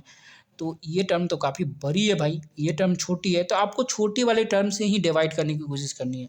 छोटी बड़ी टर्म से डिवाइड करोगे भाई लेंदी हो जाएगा, सिंपल सा भाई। दोनों केस में से दोनों में से कोई भी लगा सकते हो, आपको छोटी वाले टर्म को ढूंढना है। इसमें देखो इसमें दो ही टर्म है, तो दो टर्म दो वाले से डिवाइड करेंगे तो ज़्यादा आसानी होगी, इसमें तीन से डिवाइड करेंगे तो थोड़ी कम्प्लेक्सिटी बढ़ सकती है। तो हमने क्या करा, del M minus del y निकाल लिए। अब यहाँ प्लस आ रही थी तो मैंने थोड़ा उल्टा पुल्टा कर दिया था, तो डेल एन माइनस, तो हमें चूंकि एम एम के हम अब जान चुके हैं कि मतलब क्वेश्चन को हम देखें, क्वेश्चन से ऑब्जर्व किए कि ये एन वाला पार्ट है, एन वाला पार्ट ये हमारा एम वाला पार्ट है। तो अगर हम एम से डिवाइड करेंगे तो क्वेश्चन लेंदी बन सकती है। तो हम क्या करेंगे, छोटा छोटा मतलब ज़्यादा लेंदी नहीं करने के लिए हम छोटे वाले चीज़ को छोटे को पकड़ेंगे। तो हमें एम नीचे में रखना है, एम नीचे में रखना है, तो हमें इसे लगानी होगी। तो एम को हमने नीचे रखा, और एम नीचे रखने के लिए हमें क्या करना है, एन वाले एन से del N by del x minus del M by del y से ऐसे कुछ घटा के उसके बाद नीचे एम के साथ मल्टी। सबसे पहले तो हम क्या करेंगे, इस ऊपर वाले पार्ट को ऐसे कैलकुलेट कर लेंगे। इसी पार्ट को हमने लिया, इसको कैलकुलेट किए तो इतना आया। अब हम क्या करेंगे, ये जो कैलकुलेशन आई इस फार्मूले को लिख के बाई एम कर देंगे, जो भी हमारा एम का पार्ट है उससे डिवाइड कर देंगे। अब हमने डिवाइड किया तो हमारा 1/y आ गया, ये हमारा FY आ गया। अभी ये इंटीग्रेटिंग फैक्टर नहीं है, y के फंक्शन है। हमने पहले ही बताया कि जो भी हमारा माइनस के बाद वाला रहेगा ये हमारा डिपेंडेंट वेरिएबल रहेगा, जिसके रिस्पेक्ट में हमें डिवाइड करना है। तो ये बाद वाला है तो ये नीचे आ जाएगी, और जो भी नीचे रहेगा, जो भी हमारा फंक्शन नीचे नीचे रहेगा उसी के रिस्पेक्ट में फंक्शन आएगा। अगर हम ये बाद में रहता, मैं एक और क्वेश्चन से समझा रहा हूँ, तो इसी के रिस्पेक्ट में हमें 1/y। अब हमें क्या करना होगा, इंटीग्रेटिंग फैक्टर निकालने के लिए हमें ई की पावर इंटीग्रेशन ऑफ जो भी हमारा फंक्शन आएगा उसी के रिस्पेक्ट में इंटीग्रेट करना है। तो जो हमारा फंक्शन आया 1/y, तो 1/y को dy के रिस्पेक्ट में इंटीग्रेट किए तो ये हमारा log y आया। और हम जानते हैं इंटी लॉग और लॉग आपस में कट जाते हैं, तो हमारे पास फाइनल y आ गया। अब हमारे पास फिर से अगर इंटीग्रेटिंग फैक्टर निकाल लिए तो बस इंटीग्रेटिंग फैक्टर निकालने के ही मेथड अलग अलग हैं, बाकी इंटीग्रेटिंग फैक्टर निकालने के बाद मेथड सेम हो जाती है। फिर से हमें फंक्शन के साथ इंटीग्रेटिंग फैक्टर को मल्टीप्लाई करना होता है। अब हम चेक करेंगे तो हमारा फंक्शन वापस से एग्जैक्ट हो जाएगा, और एग्जैक्ट करने के बाद हमें सॉल्यूशन को फाइंड कर लेनी है। अब हम यहाँ पे देखते हैं सेकंड वाले क्वेश्चन में क्या होता है। एम वाला पार्ट थोड़ा लेंदी है, ये देखो एम वाला पार्ट है, ये हमारा एन वाला पार्ट है। तो हमें क्या करना है, नीचे में एन रखनी है। हम तो श्योर हो चुके हैं नीचे में एन रखनी है, तो हमें क्या करना होगा, डेल एन चूंकि हमें नीचे में एन रखना था तो हम डेल एन, और हमारा डेल एन के साथ कौन सा फंक्शन बनता है, डेल एक्स बनता है। तो हमारा फंक्शन हम श्योर हो चुके हैं कि एफ एक्स के साथ आएगा। थिंक सिंपल सा बात है, जो भी नीचे में रहेगा वो हमारा फंक्शन आएगा, और जो भी ऊपर में रहेगा उसी के रिस्पेक्ट में डिवाइड करना है। अब हम माइनस कर देंगे इधर, और फिर इधर लिख देंगे del M by del x del y, sorry del M by del. अब हम समझ चुके हैं कि कैसे फार्मूला को लिखना है और कैसे याद रखना है। तो इसी तरह से इसी वे में याद रखो, तो आपको मे भी हो सकता है जल्दी याद हो जाए, आपको जिस तरह से भी याद होता है। बट मुझे लगता है कि सबसे सूटेबल वे है इसे याद रखने की, क्योंकि मुझे बहुत याद करने में कोई भी चीज़ बहुत प्रॉब्लम होती है। तो अगर मैं ऐसे ही रखता हूँ, कुछ ट्रिक्स ढूँढता हूँ जिससे कि आसानी से याद हो जाती है फार्मूले। तो अब हम यहाँ पे क्या करेंगे, हमने फाइंड कर लिया कि हमें किसके रिस्पेक्ट में डिवाइड करना है, तो हमने सिंपल कर लिया। अब हमें क्या करना है, del M by del y minus del N by del x. इसको हमने डेल एम बाई, सबसे पहले तो डेल एम डेल वाई निकालना है, डेल एन डेल एक्स निकालना है। इस वाले फॉर्म को हम देखेंगे, नॉट एग्जैक्ट हो गया, ये सारे में ही आपको करना है। अब हमें क्या करना है, डेल एम ये हमने निकाली, ये 2xy 4y हो गया। अब हम एन के रिस्पेक्ट में इसे डिवाइड करेंगे तो हमारे पास 2xy। अब भाई इंटीग्रेटिंग फैक्टर में याद रखना, IF वाले में जो भी है वो कभी भी plus minus x plus y ऐसा कभी भी नहीं आ सकता भाई। ऐसा आया है तो आपने कुछ ना कुछ गलत किया है। इंटीग्रेटिंग फैक्टर IF जो आएगा वो कभी भी प्लस माइनस के साथ नहीं होगा, वो हमेशा ही मल्टीप्लाई के साथ रहेगा या तो अकेला रहेगा। तो प्लस माइनस आ गई इंटीग्रेटिंग फैक्टर में, तो सोचो कि आपने कुछ तो गलत कर दिया। तो अब हम क्या करें, सिंपल सा फिर से हमने हमारा बाद वाला टर्म ये था तो हमने इनके साथ डिवाइड किया, एम के साथ डिवाइड किया, तो हमारा इस बार इंटीग्रेटिंग फैक्टर जो हमारा एफ एक्स आया ये 2/x आया। तो अब हम IF निकालने के लिए क्या करेंगे, 2/x को ये जो भी हमारा फंक्शन है उसी के रिस्पेक्ट में इंटीग्रेट कर देंगे। अब हमारा 2xy हो गया और हमारा फाइनल इंटीग्रेटिंग फैक्टर हो गया। अब हम इंटीग्रेटिंग फैक्टर को फंक्शन के साथ मल्टीप्लाई कर दिए, मल्टीप्लाई करने के बाद फिर से अगर हम del M by del y निकालेंगे तो इस बार हमारा श्योर शॉट है कि हमारा जो फंक्शन वो एग्जैक्ट आने ही आने वाले हैं। अगर नहीं आया तो आपने कुछ गड़बड़ कर दिया है। ये हमारा फंक्शन एग्जैक्ट आ जाएगा। अब हम क्या करेंगे, जो अभी हमारा मतलब अब हमारा क्वेश्चन ये था, बट हमारा एग्जैक्ट कहाँ बना, एग्जैक्ट तो हमारा ये बना। तो इसी में क्या करेंगे, इंटीग्रेशन लगा देंगे और इसमें एक्स वाले टर्म को जीरो, इसमें एक्स वाले टर्म को जीरो। तो अब कोई भी एक्स वाला टर्म बचा नहीं, तो यहाँ पे एक्स वाले टर्म की जगह पे जीरो लिख देंगे और ये एज इट इज निकाल रख देंगे और इसके बाद हम इसे इंटीग्रेशन इसका निकाल देंगे। तो इसके बाद हम लोग बढ़ने वाले हैं equation for the first order higher order degree derivative के बारे में। इसमें भी थोड़ा अच्छे से पढ़ना मैं कोशिश करूँगा एक्सप्लेन करने की, तो आपको थोड़ा टाइम लग सकता है। Thank you so much for watching my video. Thank you so much. Have a nice day.